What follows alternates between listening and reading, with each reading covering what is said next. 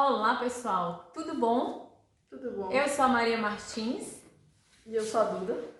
e juntas nós vamos gravar o nosso 6º episódio do hashtag Buscando Soluções. E o que é o hashtag Buscando Soluções? Então, é o nosso quadro semanal de perguntas e respostas, que o pessoal manda as perguntas pelo Instagram, pelas DMs, ou comentários, ou nas lives também. E aí a gente faz toda semana para responder as perguntas de vocês. É isso, então é um quadro onde a gente posta todo sábado no canal do YouTube Escola de Constelação Familiar BSB. E vamos lá, a gente está na semana do Dia dos Namorados e a gente escolheu perguntas para responder acerca dessa temática. De relação de casal, no caso, né? Exatamente, relacionamento de casal. Vamos lá? Isso, tá. Aí hoje a gente vai abordar um tópico que foi uma pergunta, e aí ela aborda 3 tópicos, né? Uma pergunta que aborda 3 tópicos grandes, basicamente. A pergunta é: por que é tão difícil equilibrar a relação do casal? Aí pode ser de qualquer casal, namorados, casados, enfim. Casais. É verdade. Equilibrar a relação de casal é um desafio diário. Diário, constante. Por quê? Para você ter a capacidade de equilibrar a relação de casal, é preciso que você já esteja adulto. Então a gente entra na primeira parte da resposta a essa pergunta. Por que é tão difícil equilibrar a relação do casal? Existem 3 pontos. E essa primeira que eu vou falar é a questão sistêmica. E o que seria isso, né? A gente observa que nós estamos ligados a muitos outros aqui, né? Eu sempre coloco essa árvore genealógica aqui porque fica fácil da gente perceber a quantos nós estamos ligados. Aos nossos pais, avós, bisavós, tios, enfim, toda essa moçada que veio antes de nós. E assim, o nosso relacionamento de casal tem muito a ver com a forma que a gente traz muito para o nosso relacionamento de casal, a forma que nós nos relacionamos lá com os nossos pais. Então a gente sempre fala nos nossos cursos que a relação de casal inicia mesmo quando você olha para a sua relação com os seus próprios pais. Então nós observamos que quando eu tenho demanda lá com relação aos meus pais, quando eu acho que os meus pais não me deram tudo aquilo que eu gostaria que eles tivessem me dado, quando eu tenho os meus traumas, as minhas feridas lá com relação ao meu pai e à minha mãe, eu faço uma transferência de tudo isso para a minha relação de casal. Então, eu não estou completamente inteiro aqui para essa relação e também não estou numa postura de adulto. Então, muitas vezes, eu enquanto mulher, eu vou exigir que o meu marido me trate como eu gostaria que o meu pai me tratasse. Isso inconscientemente. Isso inconscientemente. À medida que a gente vai se tornando consciente, a gente vai mudando esse padrão. Mas até a gente se tornar consciente, muita coisa já aconteceu.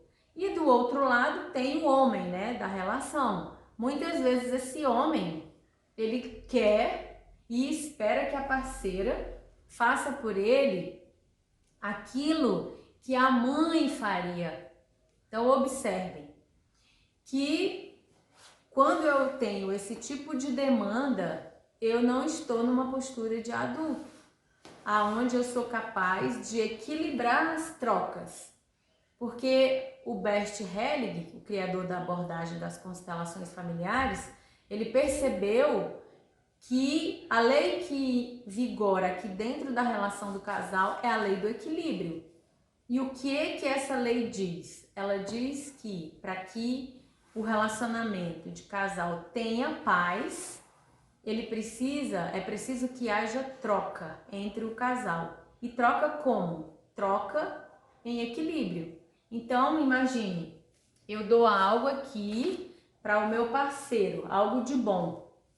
Então, imediatamente, ele sente uma pressão interna de também me devolver algo. E eu peço que vocês observem dentro de vocês. Não tomem o que eu estou dizendo aqui ou o que o Bert diz como uma verdade absoluta. Observe o que acontece dentro de vocês quando vocês recebem algo de bom do parceiro de vocês ou da parceira. Imediatamente a gente sente uma pressão de devolver algo, então você devolve. Só que o que o Bert percebeu é que a gente precisa devolver naquilo que é bom um pouquinho a mais. Então, se eu dei essa folha aqui para ela, ela agrega com uma caneta, né? E me dá um pouquinho a mais. Aí eu também sinto uma pressão de, quando recebo isso, de devolver também um pouquinho a mais. Então eu agrego isso a uma outra, né? Eu agrego outra coisa. E assim a gente vai somando, a gente vai trocando naquilo que soma e o relacionamento ele vai só crescendo. Mas a gente vê também que existe o equilíbrio para o menos. E quando é necessário, né? E é necessário que seja feito, tanto quanto naquilo que soma. Essa questão do equilíbrio pro mais seria tipo, ou então o equilíbrio em si, pode ser tipo a mesma coisa, não sei se é a mesma coisa de que o pessoal fala reciprocidade, de ser recíproco as coisas. Reciprocidade, pode ser. A reciprocidade eu recebo e eu dou. Ou eu dou primeiro para receber, né? Aqui a lei do equilíbrio, na relação do casal e também na relação entre iguais, o que o Bert percebeu é que para que a troca continue acontecendo e aquilo continue se desenvolvendo, o amor entre o casal, no caso, continue aumentando, é preciso que essa troca você não devolva na mesma quantidade, na mesma proporção. Que você devolva um pouquinho a mais. E isso não é só nas coisas materiais. Às vezes, o homem trabalha fora e é ele que traz o dinheiro para casa. E a mulher cuida da casa e das crianças. Então, se ele traz algo material, muitas vezes ela não tem dinheiro para devolver também com algo material. Então, ela devolve com um serviço, digamos. E eu vou dar aqui um exemplo aqui nosso. Por muito tempo foi o Jacques que segurou as pontas financeiras. Eu fiquei um tempo sem trabalhar fora. Então, se ele ele trazia presente, né? Muitas vezes ele me presenteia e eu financeiramente não tinha como retribuí-lo. Por quê? Se eu fosse retribuir, eu também ia tirar das finanças dele, né? Da família. Então, eu faço massagem muito bem. Então, o que eu fazia? Quando ele chegava com presente, eu fazia uma massagem que eu sei que é algo que ele gosta muito. Então, aquilo ali estava equilibrado e eu ainda fazia um pouco a mais, né? Porque eu fazia uma massagem completa, enfim. Então, esse é o equilíbrio, é a troca. E essa troca, ela precisa ser consciente. Ambos precisam estar conscientes disso.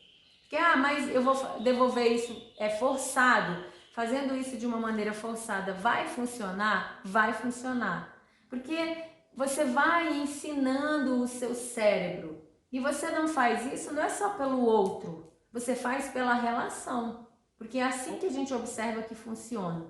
Então, retomando, né, do falar o equilíbrio para aquilo que fere, para aquilo que diminui a relação, no sentido assim, que vai tirando recursos. E a gente observa que existem muitos casais que ficam juntos, às vezes por uma vida inteira, equilibrando para o menos. E o que é o equilíbrio para o menos? É quando o meu parceiro me fere e eu me sinto igualmente pressionada a dar o troco. Pode dar um exemplo? Claro, eu dou um exemplo sim. Uma vez o Jacques tinha combinado comigo de uma sexta-feira. de vir para casa e quando chegar a gente tomar um vinho, comer um queijo e ficar em casa e namorar, enfim. Quando deu por volta das 19h50, que já era o horário dele ter chegado, ele me liga e fala o seguinte: amor, o meu amigo tá lançando o livro hoje, me chamou agora para ir lá, né? E eu tô indo. Aí eu falei: como? Você marcou comigo que você viria para casa pra gente tomar um vinho, comer um queijo e ficar juntos. Ele falou: pois é, mas foi um convite assim de última hora. Eu fiquei brava mesmo, porque ele tinha combinado comigo e eu tinha me preparado para aquele momento. Então ele falou: pega um Uber e vem para cá. Eu não estava com nenhuma disposição para sair. Não queria sair naquele momento.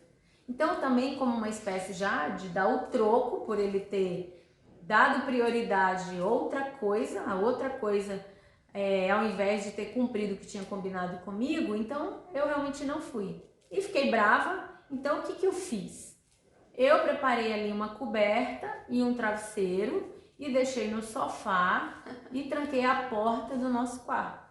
Porque eu não ia deixar ele dormir comigo. Falei: eu preciso dar o troco. Então, ele entendeu isso, ele sabia que o que eu estava fazendo era um troco e ele chegou, foi no outro banheiro aqui, se arrumou, se ajeitou e dormiu.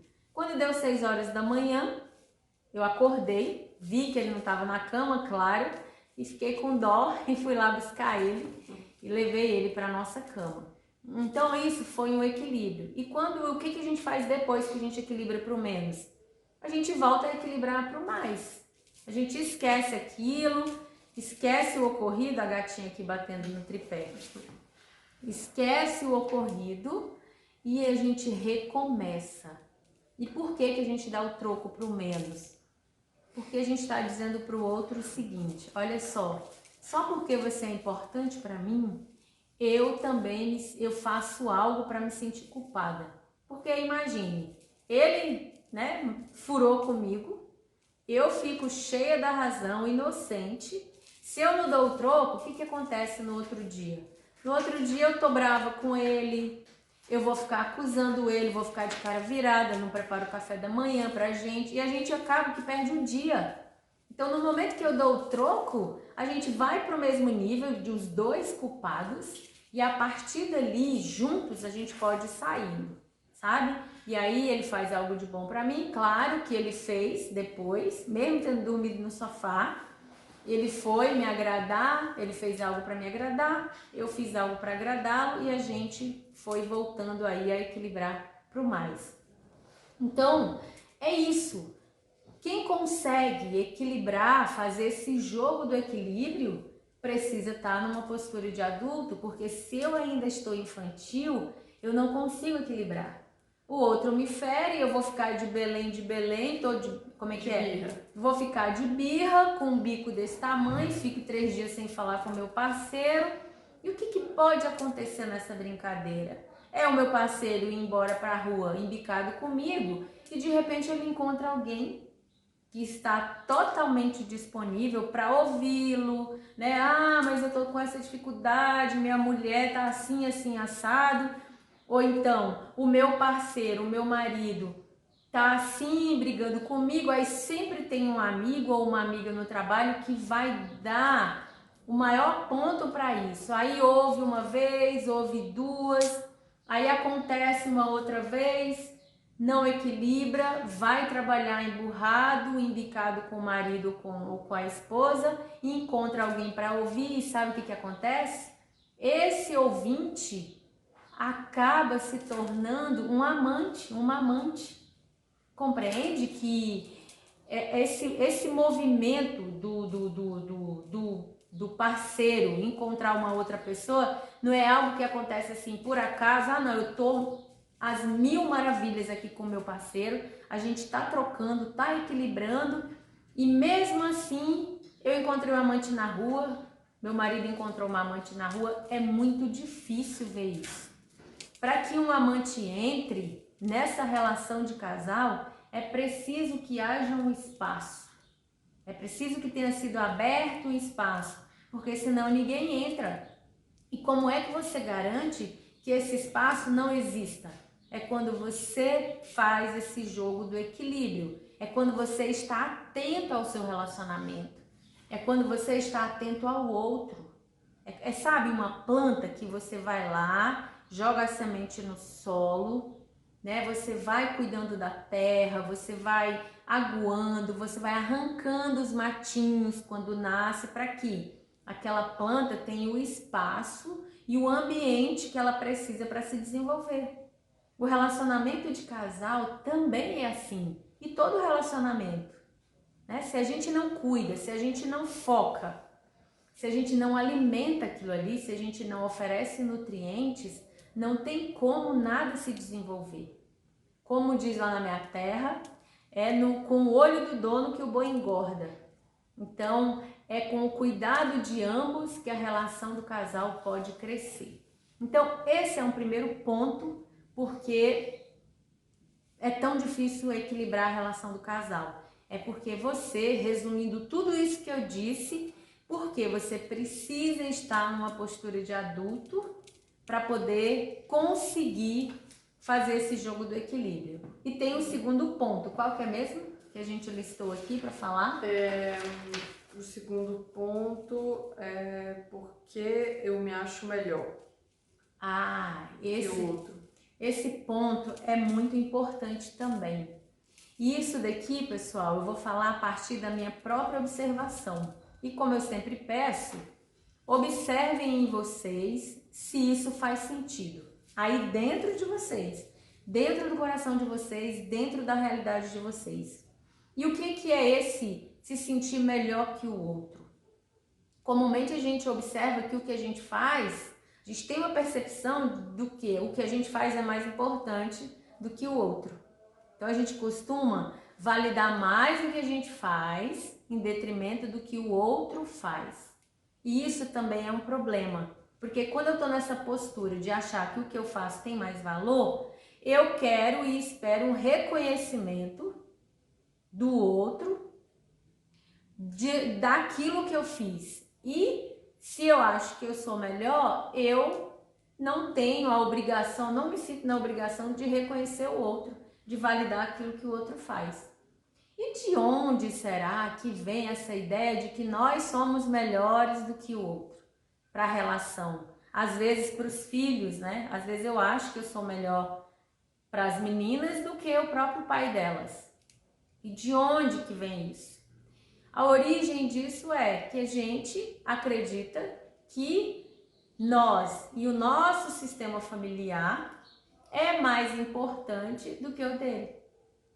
E reparem, eu estou falando isso a partir da minha própria experiência. Até hoje, eu me vejo muitas vezes achando que eu sou muito melhor do que o meu marido em algumas coisas. E eu não vou dizer que em algumas coisas eu tenha mais habilidade do que ele, eu tenho mais habilidade em fazer do que ele, mas ele também tem outras habilidades que eu não sou tão boa quanto ele. Então é importante que na relação do casal a gente observe que o que eu faço é tão importante quanto o que o outro faz. Às vezes o marido, né, eu vou dar de novo esse exemplo porque é a minha própria experiência.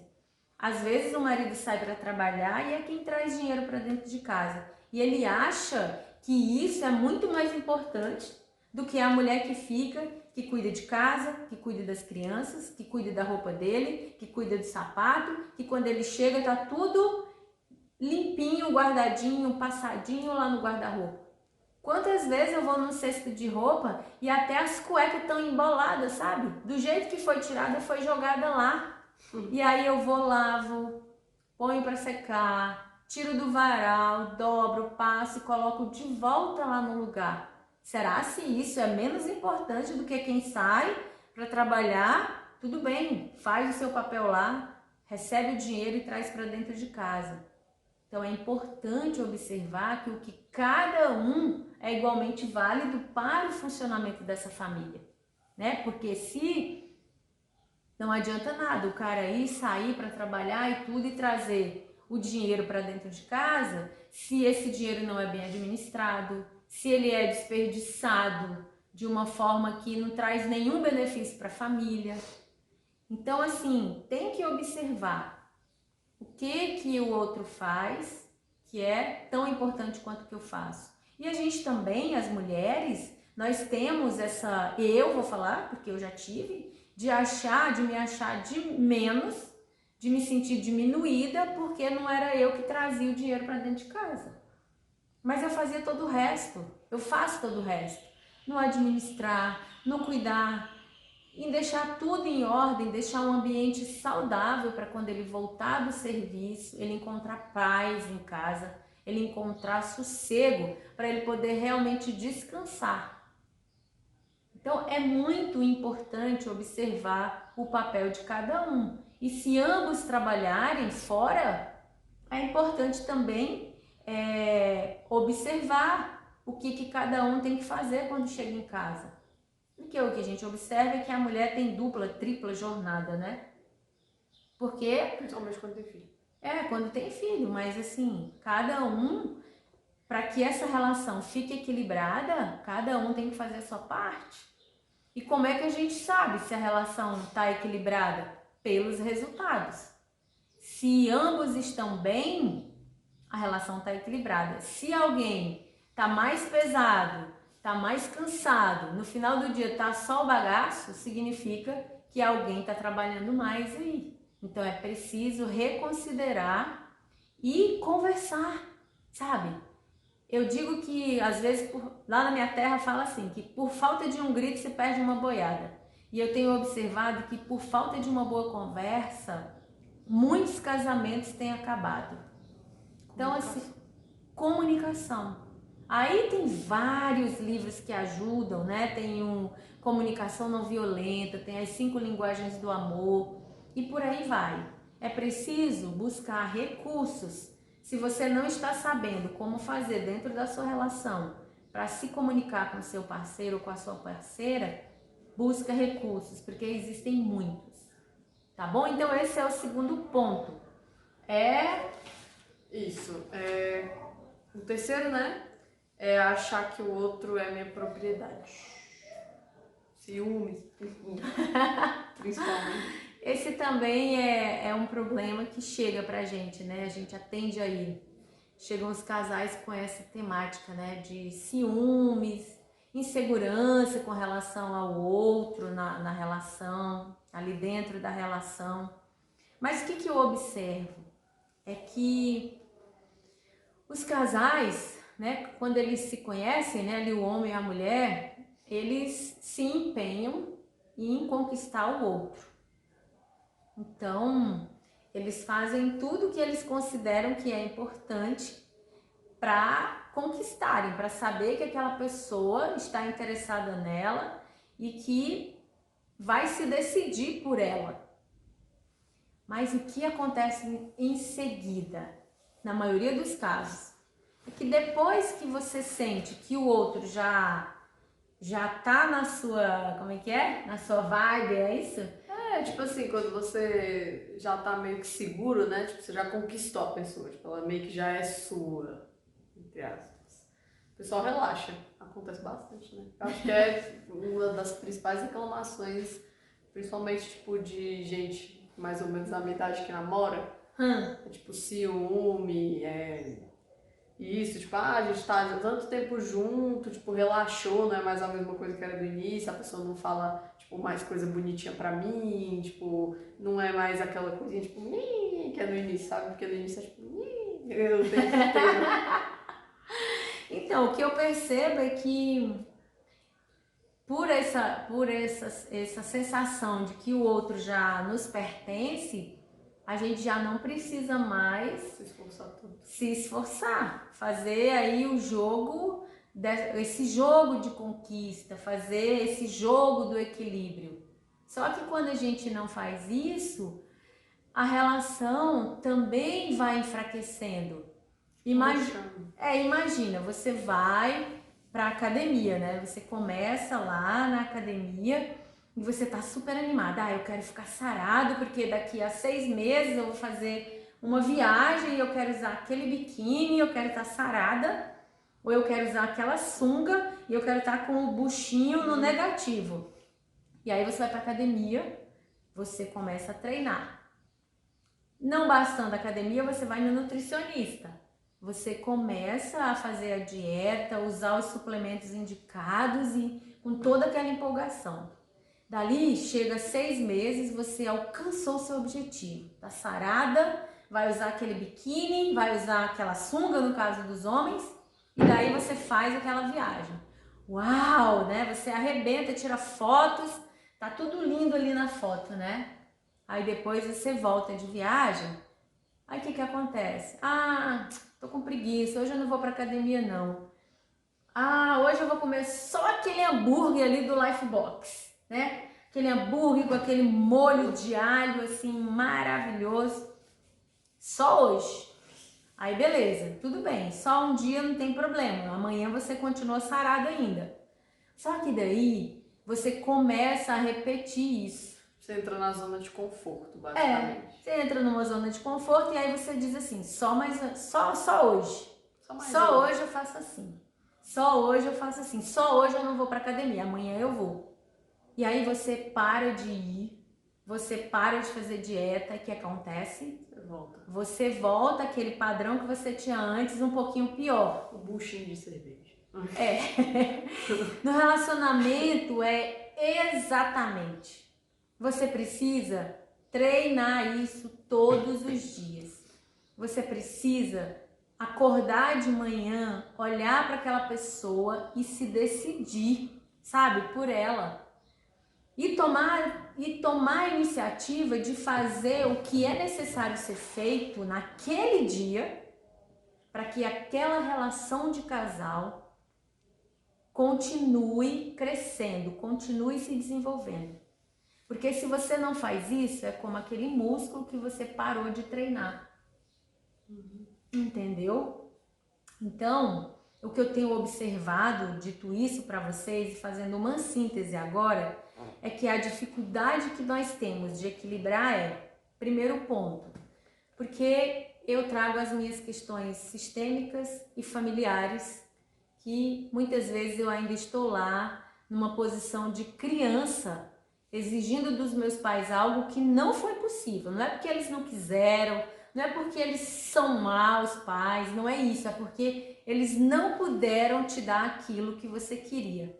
Eles só puderam oferecer aquilo que foi possível. E às vezes foi só a vida. E aí eles não puderam nem te criar, outra pessoa que criou, você foi criado no orfanato.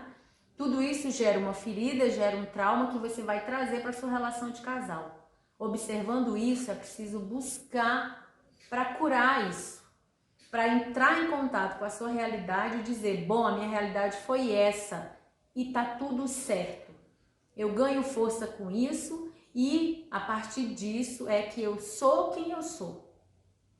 E eu vou aprender a lidar com isso e vou me tornar cada vez mais adulto para poder trocar aqui com outro adulto na minha relação de casal. O segundo ponto é que eu sou tão válida quanto o outro, que o que o outro faz é tão válido quanto o que eu faço dentro da relação do casal. Então, como é que eu sei que isso não está equilibrado, não está fluindo? Pelos efeitos. Se o casal não segue bem, é preciso olhar também para esse ponto.